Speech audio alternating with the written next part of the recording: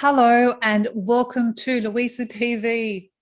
The theme for this week is Afterlife Communication, and this is the first episode in a 4-part series where I'll detail my own experiences with the afterlife, the other realms of existence, the non-physical and loved ones. I don't always know the answers, but I'll try my best to explain to you what I have seen visually and also received telepathically. It is my belief that we do not die, we are eternal. We are spirits having a physical experience, and our body dies, but our spirit lives on and returns once more to the physical realm. At the end of this episode, I'll offer you some simple tools and tips to communicate with the afterlife, and also some signs that your loved ones may be trying to communicate with you. My fundamental belief is that we come here for love. We are love and we return for love, and we are love in our human incarnation. So what happens when we die? Well, this is my belief based on all my research and my many, many hours of speaking with people who have had experience, near-death experience, NDEs, and have physically died and transitioned from their physical body, but returned to life. And the experiences are, in essence, very similar. Although each person has their own experience based on their consciousness. Our consciousness is a perception of reality.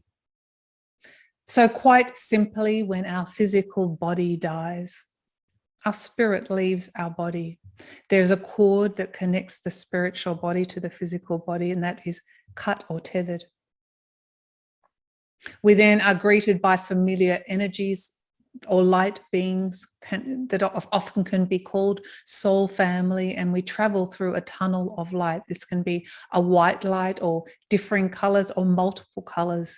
Depending on the experiences in this life, we can go to a place of rest where our body receives, our spiritual body receives a deep physical rest, or we can travel to higher dimensions of realms. We experience very altered, very deep states of consciousness. We experience unification with all that is. There is no separation in this realm. We are not separate, as we've been taught to believe in our human incarnation. This connection, this oneness with everything could also be called unconditional love. So many spirits, when the physical body dies, leaves this environment, this human incarnation, this human realm. Some don't return, many return backwards and forwards, and it's not some far off universe. It is just right here. It just vibrates at a different frequency. Some come and go, and as I said, it doesn't mean that they don't love you. Love has no boundaries, even in death. They're just a thought away, they're just a whisper away, they're just a call away, and it's a matter of changing your frequency to try and match theirs. This comes easily for some and harder for others, but there's no doubt with patience and more patience, you will be able to communicate with the non-physical realm. There are several or many spirits that are called earthbound spirits, where their soul has not, or the soul fragment has not left this physical realm. This can be for many reasons as well. Severe trauma at death, and they actually don't know that they've died, or waiting for a loved one, or unfinished business. There are many reasons, and this is my experience today that I'm going to share with you of releasing an earthbound spirit. I've come to know her name as Emile Corbett. My first experience of Emile was in a bedroom at the top of a house. And I knew this house very well. I'd traveled there many times in my future memories. I'd time traveled. I never consciously chose to time travel to this house energetically. I have actually never stepped foot in my physicalness in this home. But it was as if my soul kept calling me back to this house to see Edward. But this time I was there not to see Edward. I was there to see Emile. And perhaps I didn't find Emile. Perhaps Emile called me, and she'd always been calling me to help release her from the tether of this earthbound, as an earthbound spirit. I remember walking through a door and entering a room at the top of the house. This is where my soul transported me to. And it was a different time period. It was so hyper real. I couldn't believe what I was experiencing and feeling and seeing. It was silent. It was absolutely silent. And the air was light. When I was breathing, I wasn't breathing, but it just felt so light and so clean, the feeling of the air. And I remember light streaming in through the window, and it was the softest light. And this shard of light, I could see even the dust particles in the light. And it shone on a woman who was crouched over on a wooden chair. I knew she was an earthbound spirit. I knew she was a ghost. Again, I couldn't believe what I was seeing. And I kept trying to look away because I didn't want to impose on her. And I felt her to be shy and afraid of me. But I just couldn't look away. It was like one of those scenes that you see, but you're so intrigued and you want to look away, but you just can't. So this young woman still didn't look at me. She was wearing a high-collared dress, and it was long over her feet. She had slippers on her feet, and her hair was up in a bun. It was messy. Still, I didn't see her face, and I energetically tried to pull myself out of the room, not wanting to impose upon her. And it's then that she started communicating telepathically with me. And she told me that she was a quiet soul and she didn't like loud noises, and she was very grateful that no one no longer slept in this room. She wondered if I was a spirit, an earthbound spirit like her, because how could I have walked through the door or come through the door without opening it? And she wondered how I had seen her. She told me no one had seen her for a very, very long time. It was then that, as we telepathically communicated, she still didn't look at me, and I never saw her mouth move. She told me pieces of her story and pieces of her life. She was born in 1852. Her father was Henri Colbert. Her mother's name started with the letter F. Her mother died when she was young, and her father was a good, kind man, and he raised her. He was either a priest or worked in a parish, and he was able to educate her. When she was still a young girl, she was sent away in service to the house that she resided in, where I was. And she was quite proud, actually. She lifted up her hands and showed me her hands, and they were still delicate and soft, not like many of the other maids. So she said she had had an easier life somewhat. I asked her if she looked after a child in this house. That's what I thought. I asked if she was a governess or an au pair of some kind, but she didn't answer me.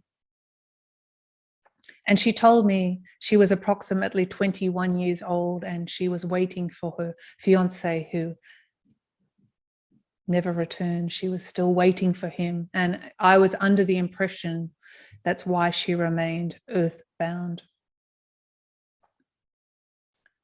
She showed me moments before her death as well. And interestingly, she did not die in the house, in the room where I was located geographically with her.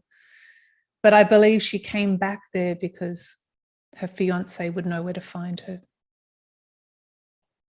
She died in a small hut. I didn't see her transition into the non-physical, but I did see her last days or weeks.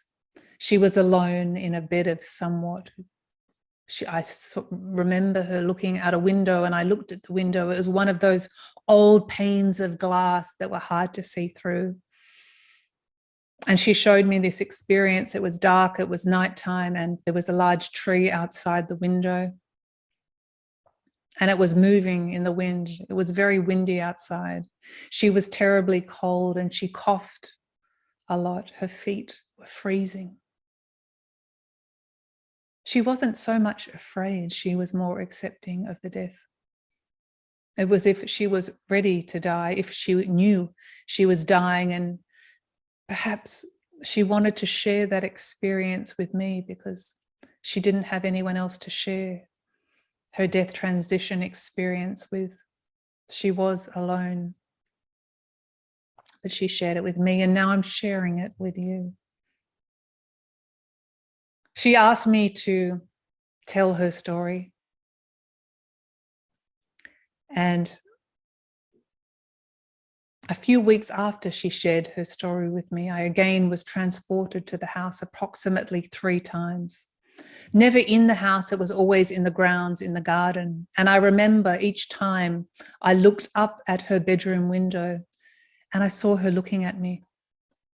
And I looked up and she saw me looking at her, and we both got a shock that we could see each other.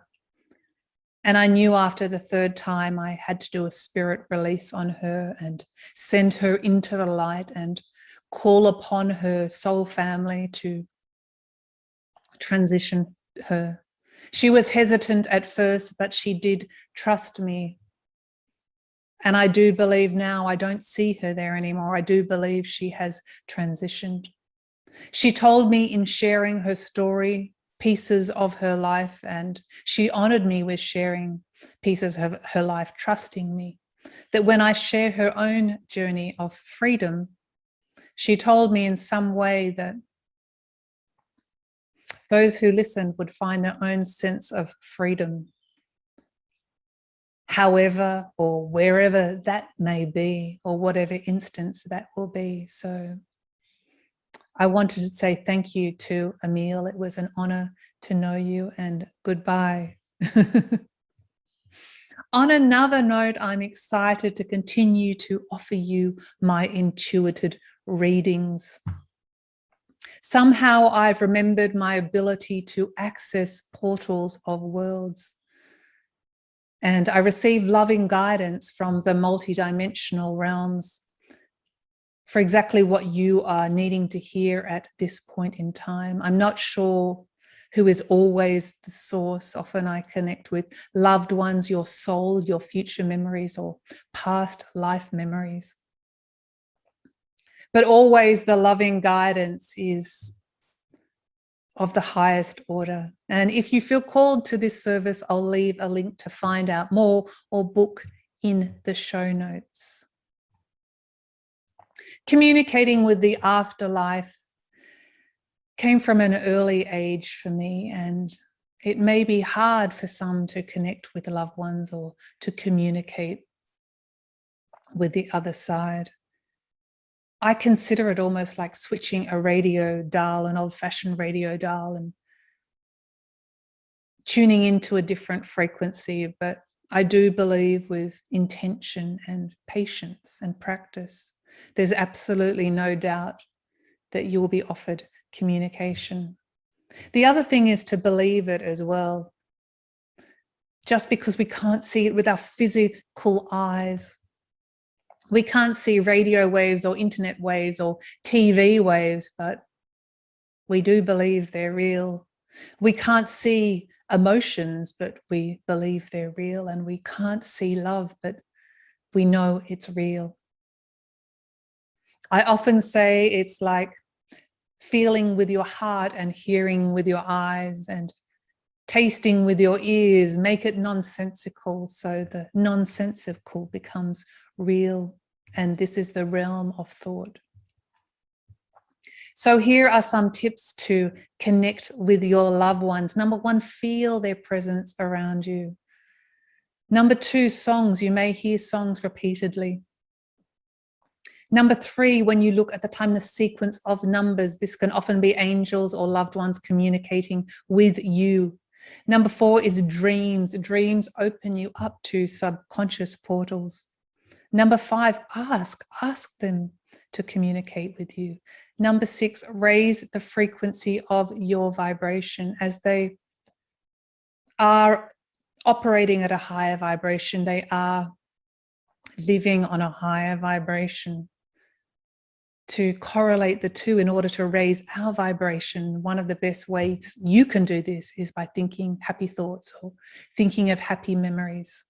Number 7, write a letter with the intention of connecting with a loved one. I have learned in the bigger picture of all that is that our lifetimes are short. It's just a pinprick of a moment, and what matters is not things, it's the emotions that we take with us through this life and our many lives. It's the moments, and it's the way we choose to experience those moments that enables our soul's growth and our soul's evolution. What matters is the relationships we have primarily with ourselves, but also with others that journey alongside us. So tell them what they mean to you, and tell them often. Charles M. Schulz, who wrote the Peanuts cartoon, once said, "It's not where you journey in life, it's who you journey with." You are deeply loved and cherished, and love is what it's all about. Thoughts create things, so be mindful of your thoughts. And everything is going to be okay. So thank you so much for listening to me today. Please leave a comment or a question below and I will answer it. And I look forward to seeing you for next week's episode, part 2, Afterlife Communication. Bye for now.